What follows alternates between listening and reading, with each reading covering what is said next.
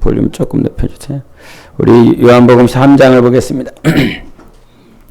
요한복음 3장 31절부터 36절까지입니다.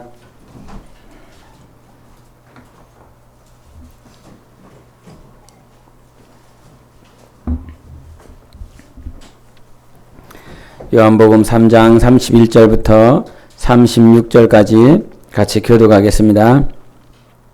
위로부터 오시는 이는 만물 위에 계시고 땅에서 난 이는 땅에 속하여 땅에 속한 것을 말하느니라. 하늘로부터 오시는 이는 만물 위에 계시나니 그가 친히 보고 들은 것을 증언하되 그의 증언을 받는 자가 없도다. 그의 증언을 받는 자는 하나님이 참되시다는 것을 인쳤느니라. 하나님이 보내신 이는 하나님의 말씀을 하나니 이는 하나님이 성령을 한량없이 주심이니라. 아버지께서 아들을 사랑하사 만물을 다 그의 손에 주셨으니 아들을 믿는 자에게는 영생이 있고 아들에게 순종하지 아니하는 자는 영생을 보지 못하고 도리어 하나님의 진노가 그 위에 머물러 있느니라. 아멘. 신앙생활은 우리가 신앙생활 하는 과정 가운데 있지만 신앙생활에서 가장 중요한 포인트는 내가 과연 하나님의 증거를 가지고 있느냐라고 하는 것입니다. 하나님의 증거는 내가 가질 수 있는 것이 아니라 우리는 땅에 속하였기 때문에 땅의 것을 듣고 땅의 것을 말한다 그랬습니다. 그래서 땅의 것 가지고 땅의 것을 듣고 땅의 것을 보고 만진 것 가지고는 우리가 하나님의 증거를 가질 수가 없습니다. 비록 하나님께서 만들어 놓으신 만물이 하나님께서 살아계시고 하나님이 함께 하시고 하나님께서 역사하시고 하나님이 창조 주신 것을 드러내는 증거물이 될 수 있습니다. 근데 그 증거라고 하는 것을 우리가 땅에 속한 것들을 보고 만지고 들었다고 해서 우리가 가질 수 있는 것이 아니라 이 말이죠. 땅에 속한 자들이 하나님의 증거를 가지고 있는 것은 하나님이 우리 안에 오셔야 하나님의 증거를 가질 수가 있습니다.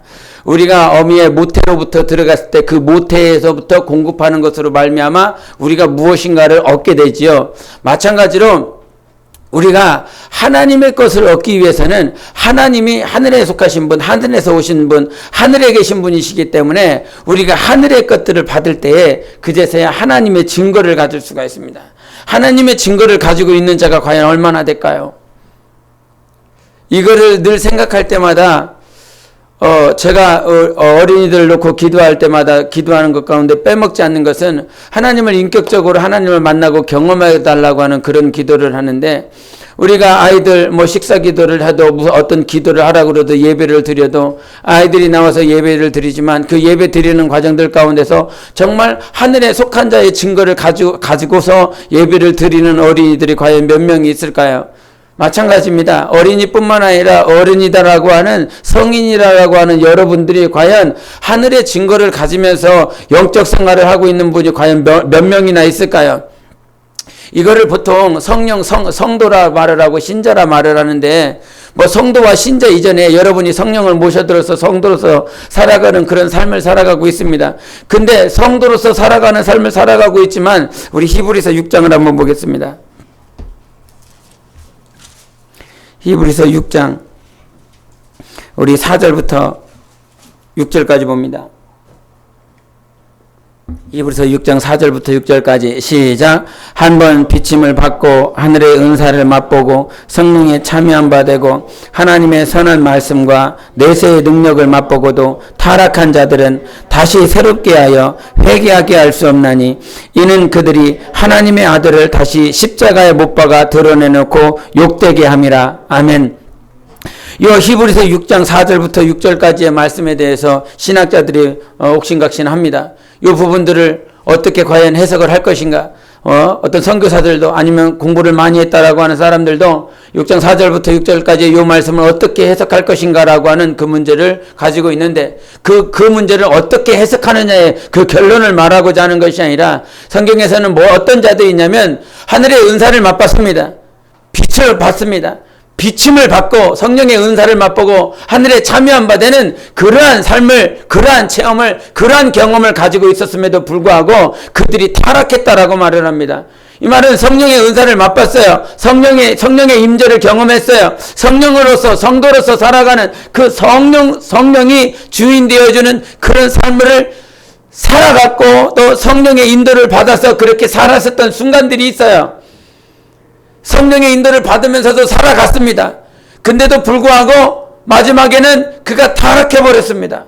이렇게 타락해버린 자들은 성경이 말을 합니다. 이제 다시는 회개케 할 수 없다고. 갈라디아에서도 말한 것처럼 너희가 성령으로 시작하였다고 뭐라고 마칩니까? 육체로 마친다라고 하는, 육체로 마치겠느냐라고 하는 것을 말을 했습니다. 우리가 성령을 한번 모셔드리고 성령의 임재를 경험하고 성령이 내 안에 임재하셔서 영원히, 성령은 나를 떠나시지 않고 성령은 나를 놔두지 않지만 나 스스로가 성령이 소멸되는 삶을 살아가는 사람들이 있다라고 성경은 가르쳐주고 있습니다. 다윗도 마찬가지로, 또 성경에도 사도 바울도 맞던 것처럼 성령이 소멸케 되지 말라고, 그 성령이 내 영혼 안에서 소멸되지 않게 해서, 이 소멸이라고 하는 것은 quench라고 해서 없어진다, 꺼진다라고 하는 것입니다. 분명히 성령이 계심에도 불구하고 이것이 꺼졌어요.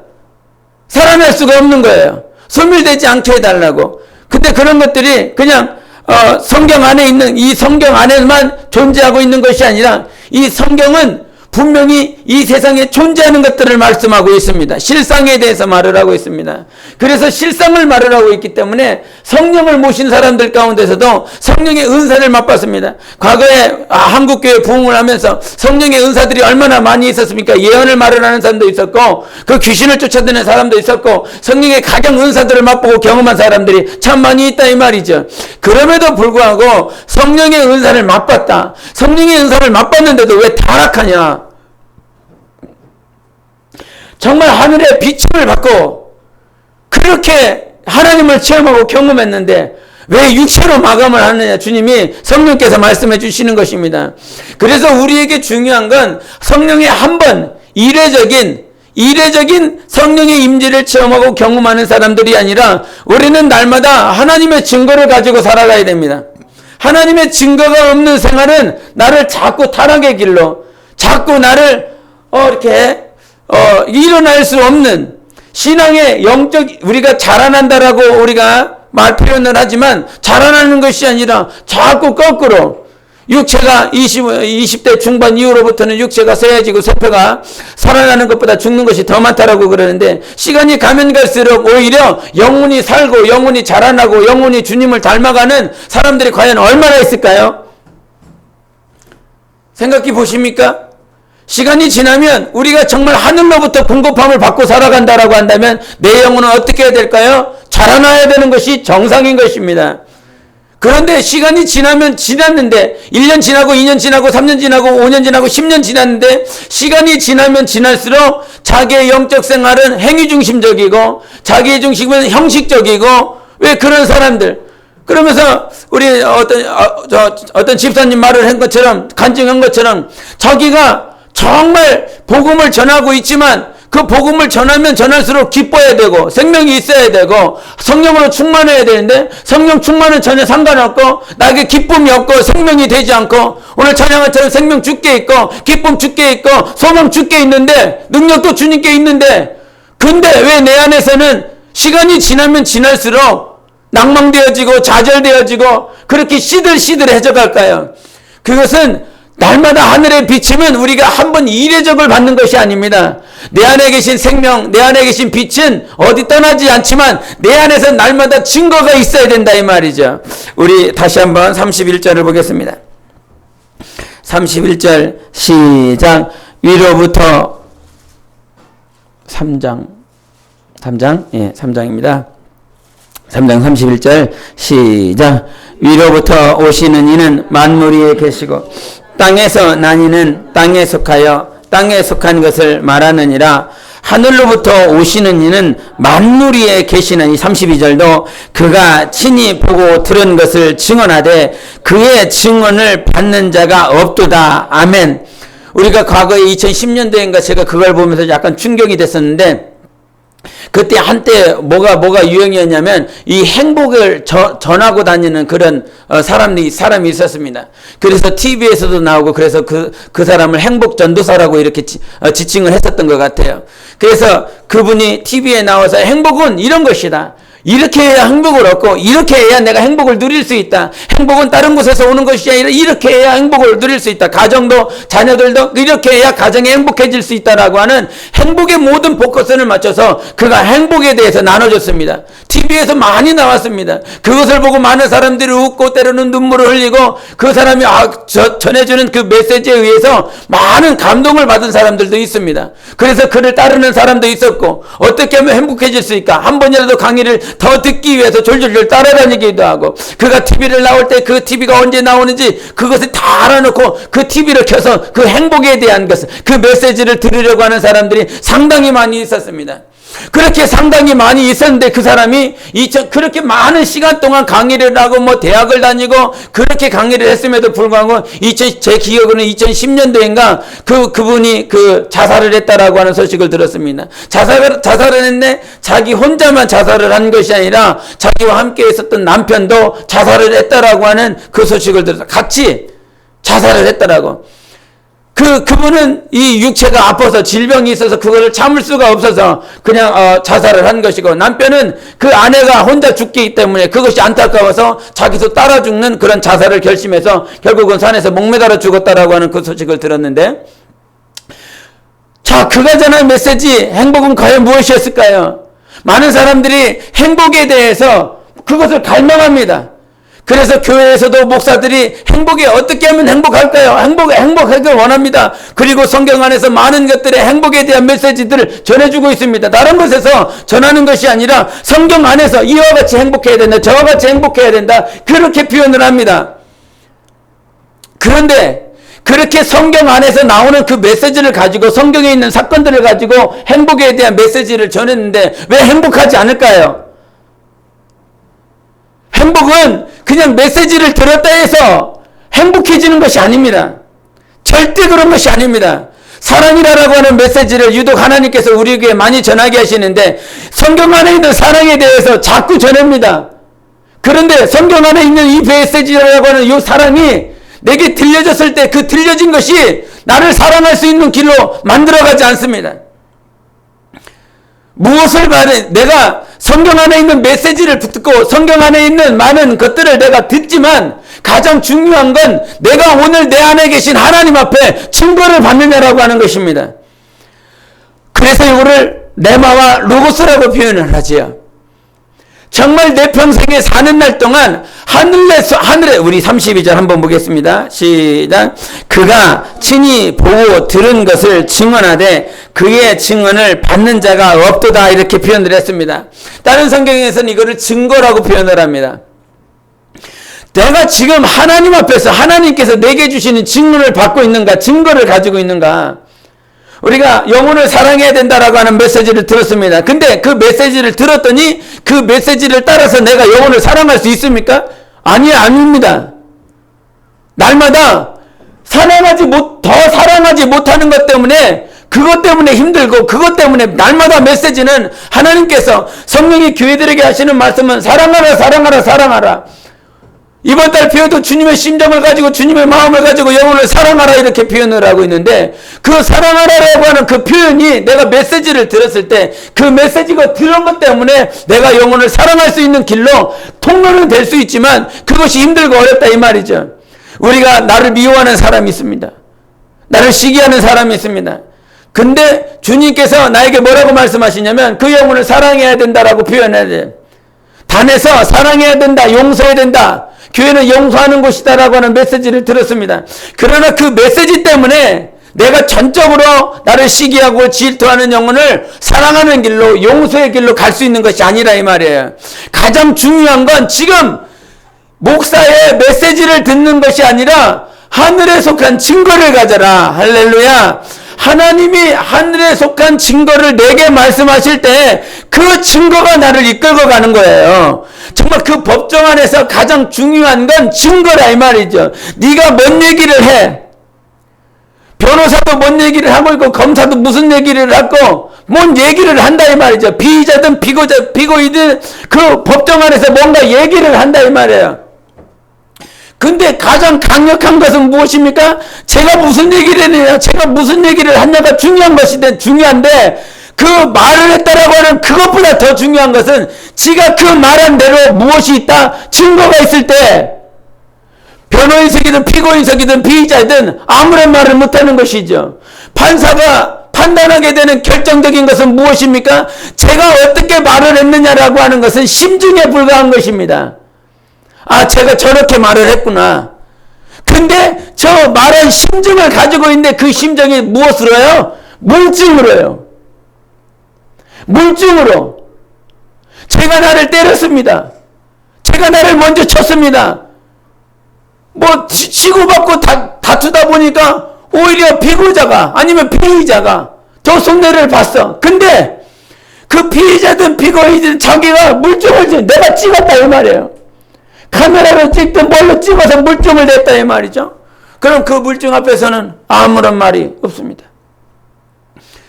그처럼 지금 우리에게 중요한 건 지금 검사가 무슨 얘기를 하고 변호인이 무슨 얘기를 했느냐, 그것이 중요하지요. 그것이 중요합니다. 근데 지금 여러분이 영적 생활을 할 때 더 중요한 것이 있는데 내 안에 계신 하나님께서 나에게 어떤 증거를 주시냐 이 말이에요.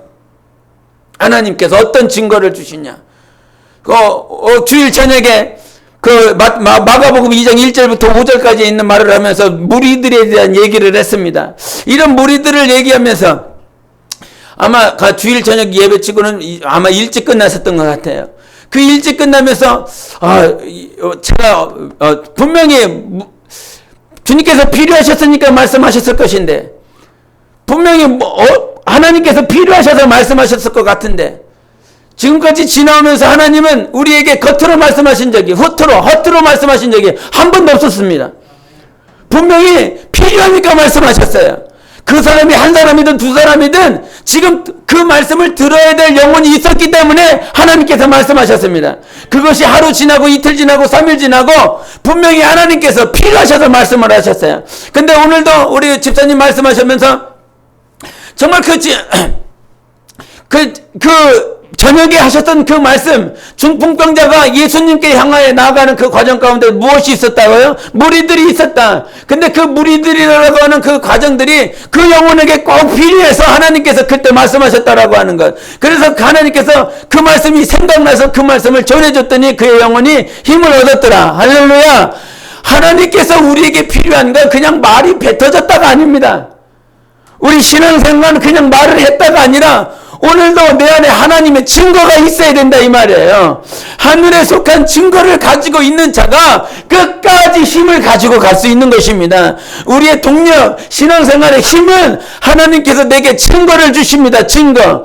그 증거가 내 안에 있을 때에 우리가 더 힘차게 갈 수가 있는데 우리가 그런 증거, 정말 증언, 주님께서 말씀하신 하늘에 속한 증거, 이것을 우리가 있어야 된다라고 말을 하는데 신앙의 연륜을 보니까 저기 앞쪽에 한번 요한복음 1장을 한번 가겠습니다. 우리 나다나엘 얘기가 나옵니다. 48절부터 51절까지 보시겠습니다.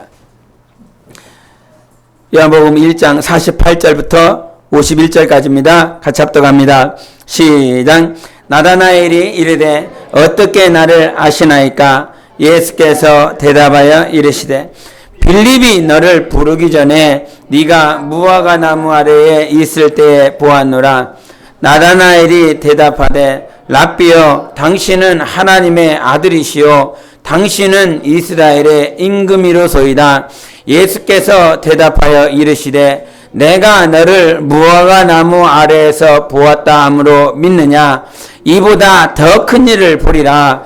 또 이르시되 진실로 진실로 너희에게 이르노니 하늘이 열리고 하나님의 사자들이 인자 위에 오르락 내리락 하는 것을 보리라 하시니라. 아멘.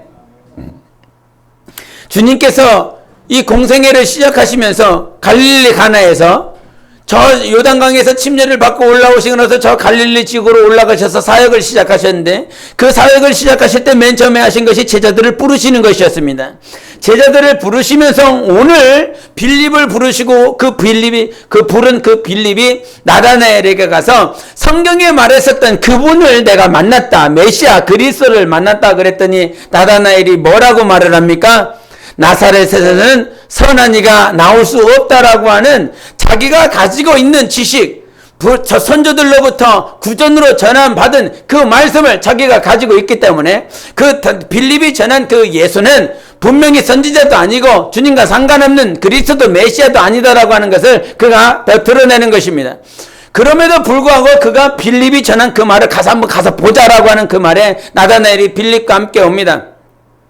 빌립과 함께 오는 그 나다나엘을 보고 예수님께서 나다나엘을 향하여 내가 너를 봤다. 근데 그 본 장소가 네가 무화과 나무 아래에 있을 때 보았느니라 라고 하는 그 말을 듣고 나다나엘이 하는 말이 정말 당신은 이스라엘의 임금입니다 라고 고백을 합니다. 그 고백을 했을 때 주님께서 내가 무화과 나무 아래 네가 있었다. 내가 그때 너를 봤다라고 하는 것으로 네가 나를 이스라엘 임금으로 하나님의 아들로 인정하느냐? 근데 이것보다 네가 더 큰 것을 볼 것이다. 이 일 후에 하늘이 열리고 하나님의 사자들이 하늘로부터 오르락 내리락 할 것을 네가 볼 것이다 라고 말을 합니다. 정말 우리에게 지금 중요한 것은 지금 나다나엘의 관점은 어디냐면 정말 무화과 나무 아래 내가 있을 때라고 하는 그 사건을 그것을 주님이 내게 말씀하시니까 나다나엘이 확 넘어갔어요. 지금 신앙이 과거에는 그와 같은 표적들, 이적들 때문에 아주 신기한 역사로 말미암아 하나님 앞에로 나아갑니다. 마찬가지로 그 나다나엘에게 그와 같이 말씀하셨던 주님이 가나 혼인잔치에서 그 물두멍에 거기에서 하나님의 역사로 말미암아 거기 돌 항아리에 물을 가득 담아서 그것을 포도주로 바꿔버립니다. 그것을 성경은 표적이라고 표현을 합니다. 우리 저기 2장 11절에 보겠습니다. 2장 11절 시작. 예수께서 이 첫 표적을 갈릴리 가나에서 행하여 그의 영광을 나타내심에 제자들이 그를 믿으니라. 저기 우리 18절도 한번 보겠습니다. 시작. 이에 유대인들이 대답하여 예수께 말하기를 네가 이런 일을 행하니 무슨 표적을 우리에게 보이겠느냐. 아멘. 또 우리 3장도 한번 더 보시겠습니다. 23절을 먼저 보겠습니다. 3장 23절. 2장 23절. 시작. 유월절에 예수께서 예루살렘에 계시니 많은 사람들이 그의 행하시는 표적을 보고 그의 이름을 믿었으나 우리 3장 저기 어디입니까? 2절을 보겠습니다. 시작. 그가 밤에 예수께 와서 이르되 라삐여 우리가 당신은 하나님께로부터 오신 선생인 줄 아나이다. 하나님이 함께 하시지 아니하시면 당신이 행하시는 이 표적을 아무도 할 수 없음이니이다. 아멘. 지금 무슨 얘기를 계속 하고 있냐면 예수님께서 그 갈릴리에서 하나님의 역사를 계속 보여줍니다. 하나님이 살아계신 것, 하나님의 표적을 드러내시고 나타내 주십니다. 그랬더니 사람의 시선이 다 어디로 가기 시작합니까? 표적으로 가는 것입니다. 그 가나에서 포도주가 되는 그 표적, 이 표적의 소리를 들었고 이제 그 성전을 허물라라고 하는 그 말씀에 대해서 그 많은 유대인들이 우리에게 무슨 표적을 보여주겠느냐라고 말을 했고 마찬가지로 니고데모라고 하는 그 유대인의 관원이 바리새인이 예수님께 오셔서 뭐라고 말을 합니까? 이것이 하나님이 함께 하시지 않으면 이 표적을 아무라도 할 수 없습니다라고 고백을 합니다. 지금 사람들의 시선이 다 어디에 빠져 있습니까? 표적에 가 있습니다. 저 역시도 그랬고 어떻게 하면 능력이 나타나서 귀신이 떠나고 질병이 낫고 표적에 대한 이것이 잘못됐다라고 하는 것이 아닙니다. 절대 잘못됐다라고 하는 것이 아니라 하나님이 살아계셔서 하나님의 하나님 되심을 표적을 통해서 드러내 주십니다. 근데 지금 사람들이 다 표적을 찾으러 다니는데 주님은 이 표적을 찾는 자들에게 뭐라고 말씀하십니까? 저 우리 3장 5절을 보겠습니다. 3장 5절 시작. 예수께서 이르시되 진실로 진실로 내게 이르노니 사람이 물과 성령으로 나지 아니하면 하나님의 나라에 들어갈 수 없느니라. 우리 8절도 시작. 바람이 임의로 불매 네가 그 소리는 들어도 어디서 와서 어디로 가는지 알지 못하나니 성령으로 난 사람도 다 그러하니라. 아멘. 지금 사람들의 관심은 다 어디에 가 있어요? 표적에 가 있어요. 다 표적에 가 있습니다. 오병이어도 그렇고 칠병이어도 그렇고 모든 표적을 향해서 사람들이 다 군중처럼 무리를 지어서 그렇게 예수님을 졸졸졸졸 따라다닙니다. 그런데 주님의 관심은 지금 많은 사람들이 표적 때문에 이적 때문에 자기 자신을 따라오지만 하나님의 관심은 네가 뭘로 거듭나라? 성령과 물로 거듭나라. 지금 주님의 관심은 다 거기에 가 있어요. 우리 침례 요한이 뭐라고 말을 합니까? 우리 마태복음에 한번 보겠습니다. 마가복음 그냥 1장 보겠습니다. 마가복음 1장 8절을 보겠습니다.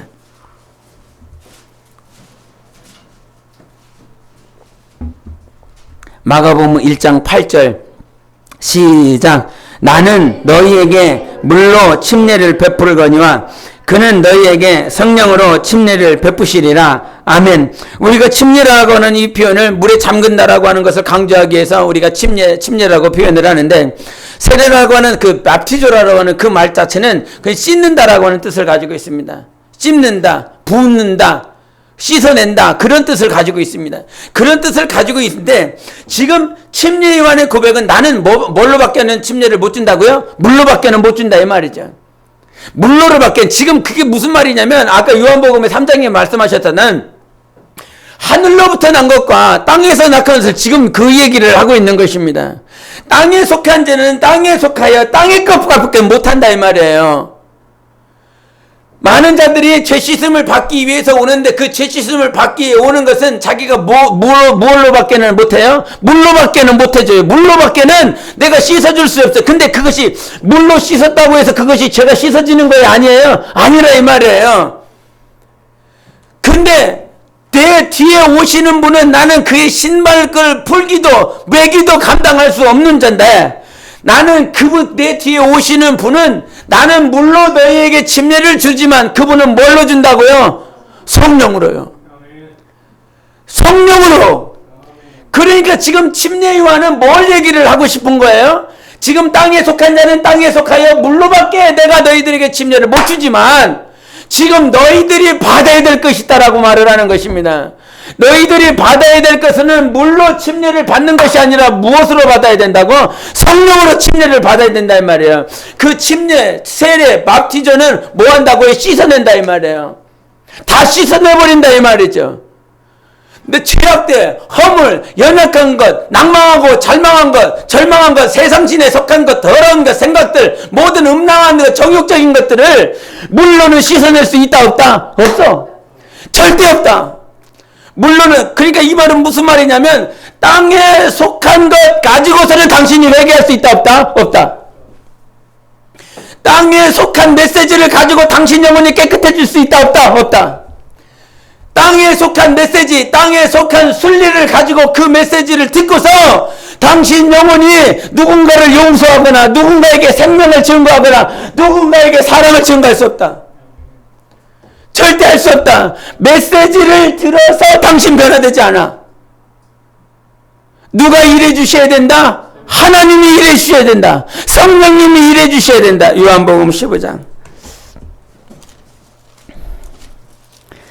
요한복음 15장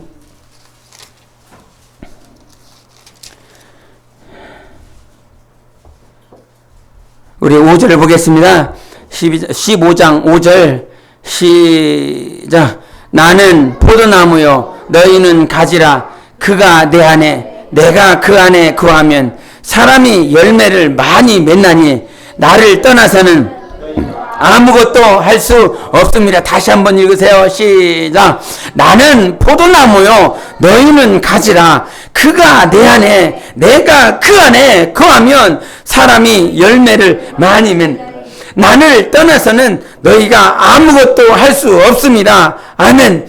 이 말에 우리가 덧붙임이 무엇이라고요? 덧붙임은 교회에 나와 있는 것이 덧붙임이에요? 아니라, 정말 아니라. 우리의 접붙임은 누구에게 붙어 있어야 된다? 주님께 붙어 있어야 된다. 주님께. 그럼 왜 붙어 있어야 되냐? 우리는 아무것도 할 수가 없기 때문에. 우리는 아무것도 할 수 없기 때문에 주님께 붙어 있어야 된다. 그러면 그냥 주님께 붙어 있어야 되니까 마치 발등, 이게, 그냥 아무런 기능도 없고 힘도 없고 공급도 못 받는 이런 발덩어리가 그냥 붙어 있는 것. 식물인간이 뭐 어떤 일을 할 수 있어요? 없어요? 아무것도 없다 이 말이죠. 그냥 살아있지만 아무것도 할 수 없다 이 말이죠. 그런 것은 접붙임이 아니라 이 말이에요. 접붙임은 성령의 증거를 내가 날마다 받아야 된다 이 말이에요. 성령의 증거를 가지고 있는 자. 그래서 네가 땅에 속하여 땅의 것을 말하므로 땅의 것 가지고 우리가 지금 여기까지 변화된 것이 아닙니다. 절대 여러분이 땅의 메시지를 듣고 변할 수가 없습니다. 땅의 메시지, 땅에 속한 모든 메시지를 다 알고 순리를 알고 철학을 알고 무엇은 지식을 다 갖췄다라고 할지라도 그것이 누가 쓰시는 것이 돼야 됩니까? 성령이 쓰셔야 되는 것이라 이 말이죠. 그래서 사도 바울이 뭐라고 그래요? 그가 가지고 있는 지식이 어떤 이들은 뭐 5개 국어를 한다고 그러고 어떤 이들은 7개 국어를 사도 바울이 말했다라고 하는데 그것이 누구에게 붙들려야 된다? 성령께 붙들려야 된다. 성령께 붙들리지 않으면 다 뭐라? 배설물이다, 쓰레기다. 성령이 쓰시지 않는 것이다. 제가 우리 아이들 장래에 커서 뭐 어떤 직업을 가지면 좋을까? 어떤 직업을 가질까? 그러면 그 심리학에 보면 MBTI라고 하는 것이 있습니다. 그 MBTI라고 하는 그 글을 가지고 제가 어제 요 세 녀석만 제가 그 테스트를 해봤어요. 테스트를 해봤더니 쟤는 목사가 돼야 된대요. 장래 직업이. 그냥 그렇게 결정이 냈어요. 얘는 얼토당토 않은 이상한 게 나오더라고요. 날마다 이렇게, 뭐더라? 이게 추신, 뭐죠? 덜렁덜렁 되거든요. 덜렁덜렁 해라니까 무슨 전문 직업을 가질 수 있는 게 별로 없더라고요. 가서 뭐 화장실이나 펴야 되고 뭐 그런 환경 뭐 이렇게 해야 되고 정화를 해야 되고 뭐 그런 거 조금 좋은 게 뭐 하나가 있었는데 경찰 해야 된다. 근데 얘는 뭐가 되냐면 얘는 무슨 지도자가 돼야 된대요. 지도자가 어떤 조직에서 어떤 우두머리에 속하된 뭐가 좀 있어야 된다. 든 게 없어갖고. 이렇게 해야 된대. 그래서 그 MBTI 그 조사를 하고 아이들이 이런 직업을 가지면 좋겠구나. 이렇게 하고 제가 그날 잠자리에 들고 나서 아침에 일어났습니다. 아침에 일어났더니 그 어떤 목회 관련된 그런 제가 메시지를 딱 봤는데 메시지가 어떤 메시지였냐면 심리학을 공부하는 사람은 사람을 대할 때 심리학의 자료를 가지고 사람을 대합니다. 철학을 배운 사람은 그 철학이 기준이 되어서 그 철학 가지고 사람의 인성과 사람의 기질을 대합니다. 무슨 말인지 이해하시죠? 뭔 얘기를 하려고 하는지 이해하시죠? 그러나 하나님은 심리학 가지고 일하시지 않고 철학 가지고 일하시지 않고 이 말은 무슨 말이냐면 이 세상에 속한 지식 가지고 일하지 않는다 이 말이죠. 하나님은 오직 성령으로만 일하신다. 그래서 그 메시지를 크면 이 말이 맞다는 거죠. 우리 이 세상에서 수많은 지식들, 철학들, 심리학, 뭐 세상에 좋은 것들이 다 있지만 의학 가지고 살리는 것이 아니라 의학이 기준된 것이 아니라 하나님의 생명으로 살리는 것이고 심리학 가지고 어떤 사람들의 인성이나 기질을 인도하는 것이 아니라 그 심리학의 기준이 되어서 사람을 인도하고 잠깐은 껴줄 수 있지만 이 말은 무슨 말이냐면 심리학을 가지고 아까 행복을 전하고 이것이 기준이가 이렇게 행복을 가질 수 있다 이렇게 기쁨을 가질 수 있다라고 표현을 할 수 있다 이 말이에요. 그렇게 해서 행복, 기쁨을 이렇게 나누어야 된다고 말은 할 수 있다 이 말이에요. 그러나 그것이 누구의 인침을 받아야 된다? 하나님의 인침 받아야 된다고요.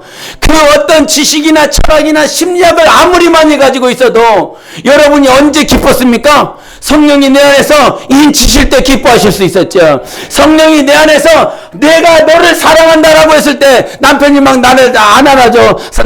남편이 나에게 관심이 없어. 근데도 불구하고 내 안에 계신 성령이 하나님의 하늘에 속한 증언이 내 안에 있을 때, 무엇이 있었을 때? 말씀이 있었을 때 말이죠. 하나님의 증언이 있었을 때, 증언. 하나님의 말씀은 증거는, 그 증거라고 하는 것은 이 표적일 수도 있습니다. 근데 이 계속 뒤로 가면 갈수록 맨 처음에 예수 그리스도의 사역은 무엇에 점철되어 있어요? 표적을 보여주는 것, 이적을 보여주는 것. 근데 예수님의 제자들이 자꾸 바꿔나갑니다. 요한복음 12장을 한번 보겠습니다. 요한복음 12장 16절. 먼저 3장을 볼까요? 2장을 보겠습니다. 2장 22절을 보겠습니다. 2장 22절 시작. 죽은 자 가운데서 살아나신 후에야 제자들이 이 말씀하신 것을 기억하고 성경과 예수께서 하신 말씀을 믿었더라. 아멘. 그리고 12장을 한 번 더 보겠습니다. 12장 16절을 한 번 더 봐요. 12장 16절 같이 읽습니다. 시작. 제자들은 처음에 이 일을 깨닫지 못하였다가 예수께서 영광을 얻으신 후에야 이것이 예수께 대하여 기록된 것임과 사람들이 예수께 이같이 한 것임이 생각났더라. 마지막으로 한 장 더 보겠습니다. 20장 31절 30절 31절 20장 30절 31절 시작. 예수께서 제자들 앞에서 이 책에 기록되지 아니한 다른 표적도 많이 행하셨으나 오직 이것을 기록함은 너희로 예수께서 하나님의 아들 그리스도이심을 믿게 하려 하며 또 너희로 믿고 그 이름을 힘입어 생명을 얻게 하려 함이니라. 아멘. 지금 주님이 이 하늘을 두루마리 삼고 바다를 먹물 삼고 하나님께서 행하신 표적들, 이적들, 기사들을 다 기록할 수 있어요? 없어요? 없어요. 다 없다 이 말이죠. 하나님께서 행하신 표적들을 다 기록할 수 없는데 이와 같이 성경을 기록한 이유는 뭐예요? 예수 믿어. 그리고 그 예수께서 하신 그 예수를 믿음으로 말미암아 그가 생명을 누리라라고 말씀하시는 것이다 이 말이죠. 그리고 2장 23절에도 말씀하시고 우리 12장 16절에도 말씀하신 건 제자들이 그 당시에는 믿어요? 안 믿어요? 안 믿어요. 표적을 막 따라다닙니다. 나다나엘도 무엇을 봤어요? 표적을 봤다니까요. 표적을 보고 막 주구장창 따라다닌다 이 말이에요. 제자들이 졸졸졸 따라다닌다 이 말이죠. 근데 여기서 2장 23절에도 말을 했지만 그렇게 표적을 많이 봤는데도 불구하고 예수께서 하신 말씀을 언제 믿었어요? 예수께서 죽으시고 부활하시고 승천하시고 나서 그제서야 그 말씀을 뭐 하는 거예요? 믿었더라 이 말이죠. 예수님께서 그 나귀를 타고 예루살렘에 입성하실 때는 예수님께서 다윗의 자손으로 만왕의 왕으로 호산나 찬송하리로다. 그 만왕의 왕으로 오시는 분이시라는 것을 믿었어요? 안 믿었어요? 안 믿는다 이 말이야. 그러나 언제 믿어요? 예수님께서 죽으시고 부활하시고 승천하시고 나서야, 그들을 떠나고 나서야 그들이 믿었단 말이에요. 근데 언제 믿었을까요 그들이? 그렇죠. 그거라 이 말이죠. 우리 나다나엘이 무화과 나무 안에서 있었을 때 예수님의 증거를 가지고 있었습니다. 근데 그 증거를 가지고 있었음에도 그가 예수님이 십자가에서 못 박히실 때 어디가 있을까요? 예수님 옆에 계셨나요? 아니라 다 떠난다 이 말이죠. 그리고 나서 나다나엘이 한번 등장하는데 저기 21장을 보겠습니다. 21장 2절을 보겠습니다. 21장 2절 시작. 시몬 베드로와 디두모라 하는 도마와 갈릴리 가나 사람 나다나엘과 세베대의 아들들과 또 다른 제자 둘이 함께 있더니. 아멘. 지금 예수님의 제자들과 누가 있습니까? 나다나엘이 있습니다. 이 나다나엘이 갈릴리에서 그 예수님의 제자들과 함께 있습니다. 근데 지금 이 얘기를 왜 하냐면 지금 1장 51절에 주님께서 뭐라고 말씀하셨어요? 네가 지금 이것 때문에, 이 표적 때문에 내가 하나님의 아들 이스라엘의 임금인 것을 믿느냐? 진실로 내가 내게 이르노니 이 이후에는 무슨 일을 보겠다고 해? 더 큰 일을 보겠다라고 하는 거예요. 그 큰 일이 무엇입니까? 하늘이 열리고 하나님의 사자들이 오르락 내리락 거리고 인자가 올라가는 거 보겠다 이 말이죠. 그것이 그 영혼의 무엇입니까? 증거라 이 말이에요. 증언이라 이 말이죠. 지금 표적 본 것 때문에 그는 졸졸졸 따라다녔지만 정작 예수 그리스도가 십자가에 못 박히실 때는 그가 도망간다 이 말이죠. 근데 그 도망간 그 나다나엘이 결국에는 하나님 예수께서 하신 그 말씀, 너는 이후에 더 큰일 보리라, 더 하늘문이 열린다, 하나님의 사자리 오르락 내리락 거린다, 그것을 네가 보리라. 이것을 언제 봤어요? 그가 결국은 예수 그리스도 부활 승천하시는 걸 본다 이 말이에요. 그 예수님께서 3년 전에 공생에 막 시작할 때 네가 더 큰 일 볼 거야, 3년 전에 하신 말씀, 여러분에게 3년 전에 하신 말씀, 어떤 놈이 뺏어갔었나요? 어떤 놈이 다 뺏어가 버리지 않았나요? 3년 전에 내가 너에게 준 말, 하나님은 무엇하고 계십니까? 기억하고 계십니다.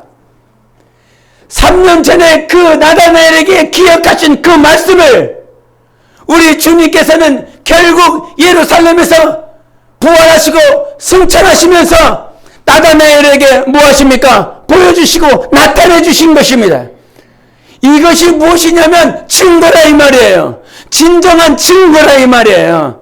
우리가 하나님께서 내 영혼에 하신 그 말씀, 하늘에 속하여 내게 주신 성령의 증거, 그 증거가 그 증거가 누구 때문에? 하나님 때문에 이루어질 때 우리는 그제서야 참 증거를 가질 수가 있는 것입니다. 예, 베드로에게 뭐라고 말을 합니까? 베드로가 그 요바에서 기도하고 있을 때에 그 내 보자기가 이렇게 내려와서 그 안에 있는 하나님께서 율법에 말한 정결하지 않은 부정한 그 짐승들이 거기에 다 있었기 때문에 그가 그것을 못 먹는다라고 그랬습니다. 무엇의 기준 삼아서? 자기의 지식의 기준 삼아서. 자기 지식의 기준 삼아서 나는 이걸 먹는다고 그래. 못 먹겠다고 몇 번 말해요? 3번 얘기한다 이 말이죠. 그러나 주님께서 그것을 누가 깨닫게 해주십니까? 성령께서 깨닫게 해주십니다. 성령께서. 그래서 결국은 고넬료가 보낸 그 종들을 그가 영접하고 그 고넬료의 종들이 문에서 두드렸을 때 내가 보냈으니 문을 열어서 그들을 맞이하고 그들을 따라가서 고넬료에게 말씀을 전하라고 누가 가르쳐 주십니까? 성령께서 가르쳐 주시더라 이 말이죠. 성령께서 가르쳐 주신 그 말씀에 가서 그대로 가서 했더니 그 말씀을 받기 위하여 고넬료와 그 친인척들이 다 앉아서 하나님의 어떤 말씀을 하실까로 이미 다 대기하고 있었습니다. 그 대기하고 있는 그 말씀 가운데서 그들이 대기하고 있을 때 베드로가 말씀을 증거했을 때 어떤 역사가 있었습니까? 성령이 임하셨더라. 성령이 임하신 것을 그들이 어떻게 알았다고 그럽니까? 방언을 말하더라 그랬습니다. 그러니까 사도도 별거 아니지요. 성령 받았는지 안 받았는지 어떻게 인식을 해요?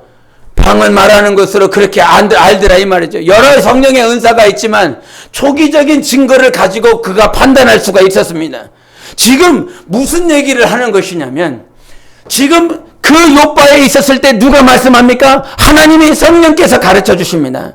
성령께서 가르쳐 준 그 증언을 누가 이루십니까? 성령께서 이루시는 것입니다. 하나님께서 이루십니다. 그러니까 당신이 증거를 가졌다라고 한다면 하나님께서 하신 그 말씀이 반드시 뭐 해야 되는 것입니까? 이루어져야 되는 것입니다. 그것이 참 증거라 이 말이에요. 그와 같은 증거가 있을 때 우리는요, 시간이 가면 갈수록 우리의 영혼은 날마다 자라나는 것입니다. 그게 정말 장성해지는 것이에요. 주님이 내게 하시는 그 말씀, 3년 전에 하신 그 말씀을 오늘 이루실 수도 있고 10년 전에 하신 그 말씀을 오늘 이루실 수도 있고, 그러니까 내가 뭐 해야 됩니까?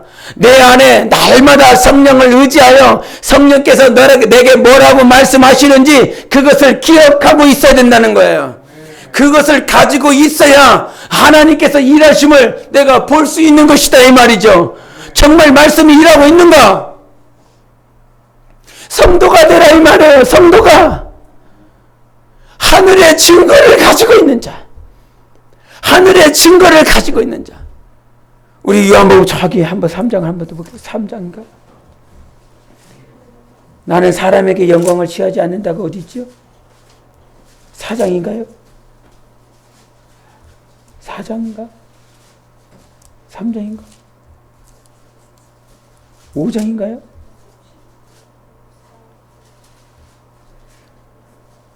5장 41절.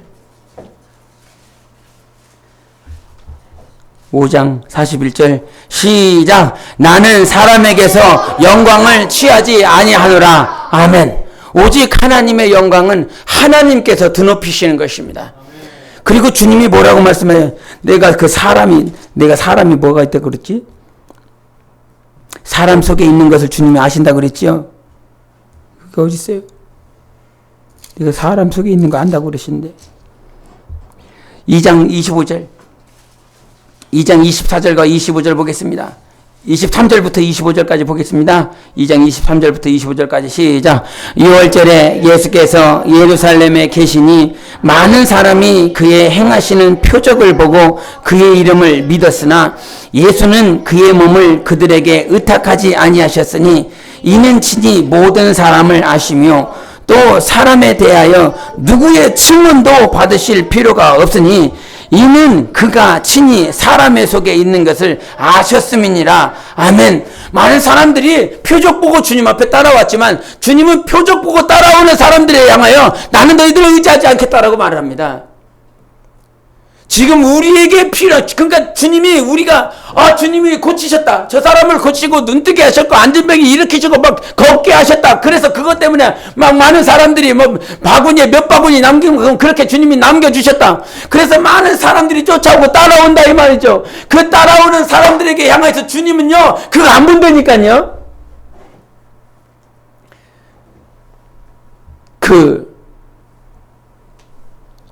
개척 초기에는 우리가 익히 들어서 알겠지만 병든 자, 정말 힘들고 어려운 사람, 많은 사람이 옵니다. 근데 그런 사람들이 왜 올까요? 주님이 정말 그 영혼을 사랑하시는지 보려고 하는 것입니다. 일종의 테스트지요.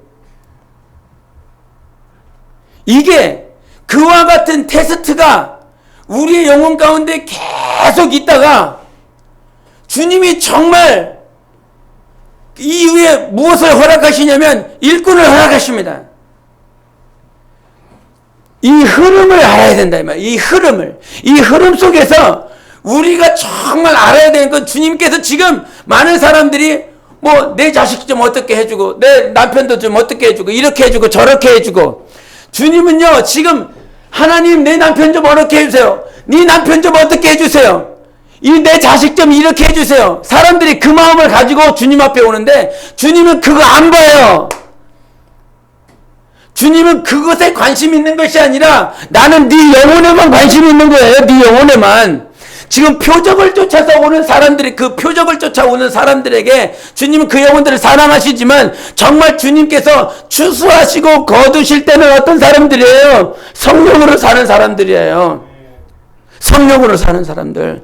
하늘에 속한 사람들을 추수하신다니까요. 땅에 속했는데 어떻게 추수를 할 거예요? 생각도 마음도 생활도 땅에 속했는데 하나님은 어떤 추수를 할 거냐 이 말이죠. 오직 하늘에 속한 자들만 하나님께서 추수하시는 것입니다. 그래서 오늘도 내 영혼이 뭐 해야 되는 거냐면 어떻게 하면 하늘에 속할 것인가, 어떻게 속할 것인가라고 하는 것은, 하늘에 어떻게 속할 것인가라고 하는 것은 내가 하늘의 증거를 지금도 받아야 되는 것입니다. 하늘의 증거, 하늘의 증언, 하늘에 속한 자라면 정말 하늘에 속한 증거를 가지고 살아야 되는 거 아닙니까? 그래서 그래서 침례 요한이 고백하는 거, 내가 물로밖에는 너희들에게 세례를 침례를 줄 수가 없겠다. 근데 내 뒤에 오시는 분은 성령으로 너희에게 침례를 주신다.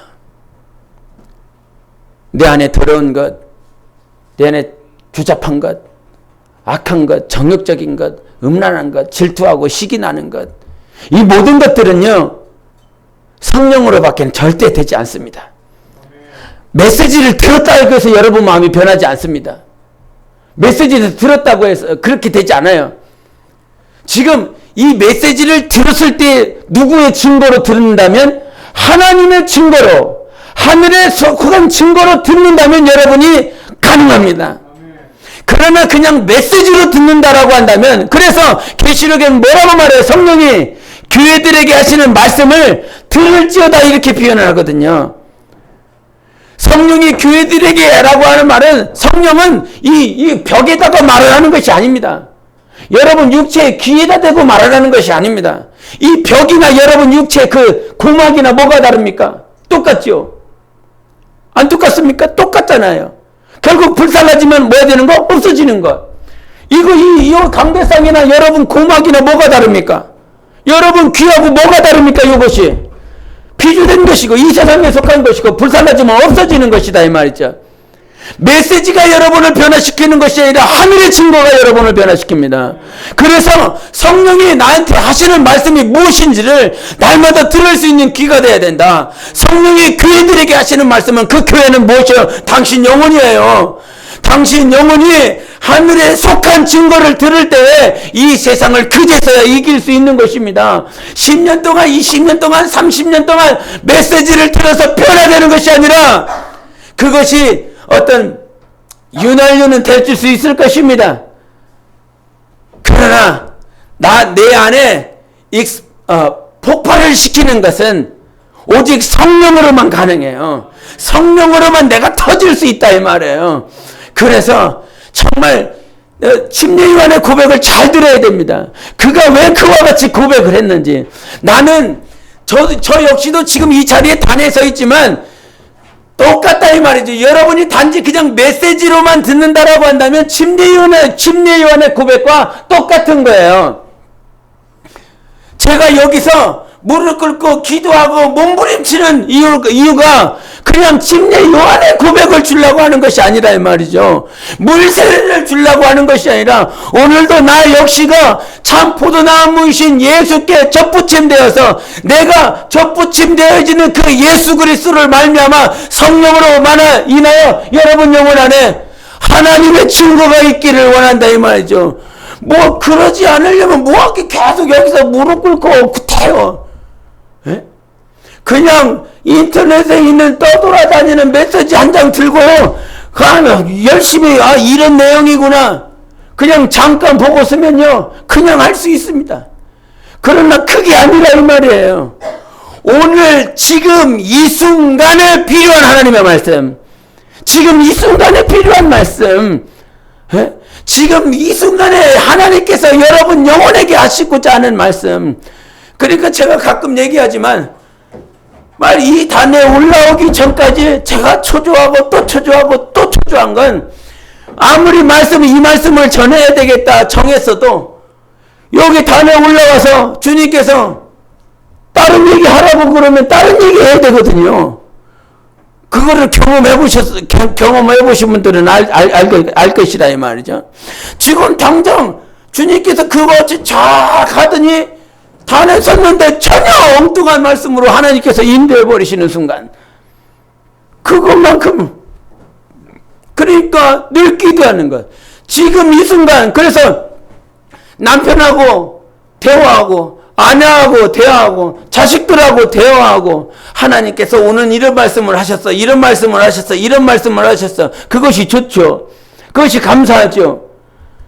근데 나라고 하는 사람은 여러분이라고 하는 사람은 뭐라고요? 성도라고요. 성도.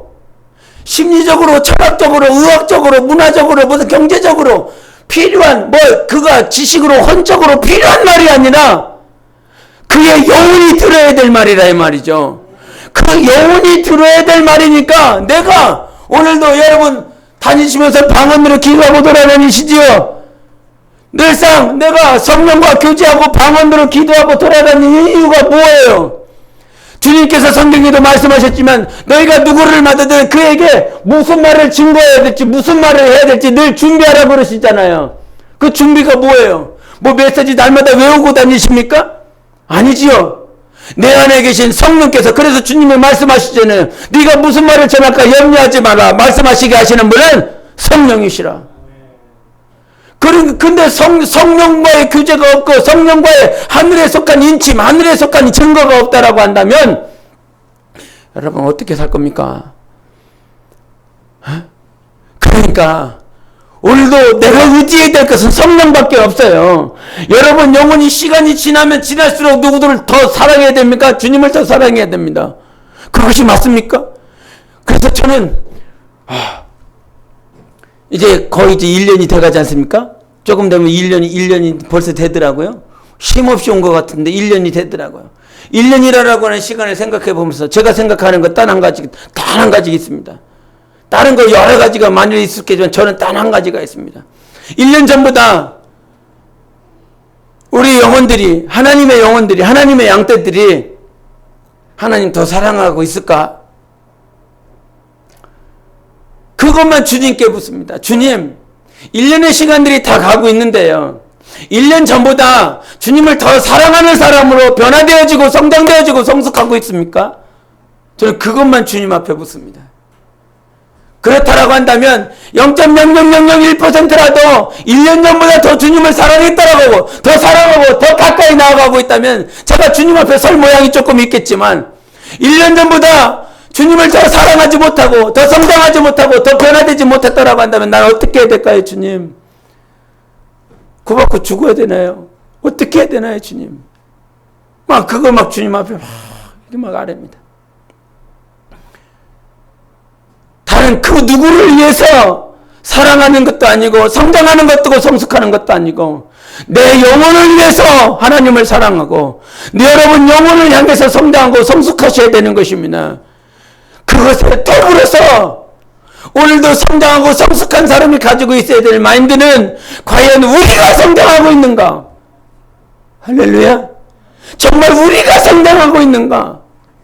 우리 목장이 성장하고 있는가? 우리 목장이 성숙하고 있는가? 우리 교회가 성숙하고 있고 우리 가정이 성숙하고 성장하고 있는가?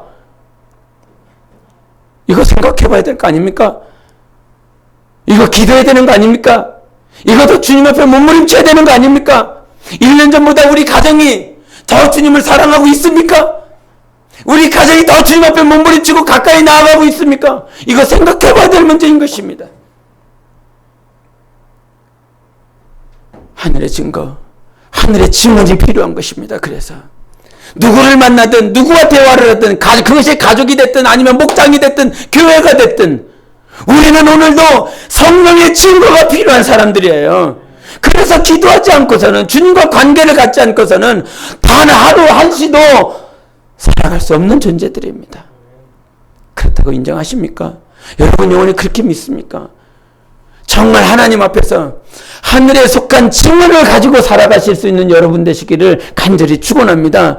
성령의 사람이 되시기 바랍니다. 성도가 되시길 바랍니다. 하나님 앞에 더 가까이 우리 예수님께서 그 육체가 십자가에서 못 박혀 죽으실 때에 그 성전의 성소 휘장이 뭐였습니까?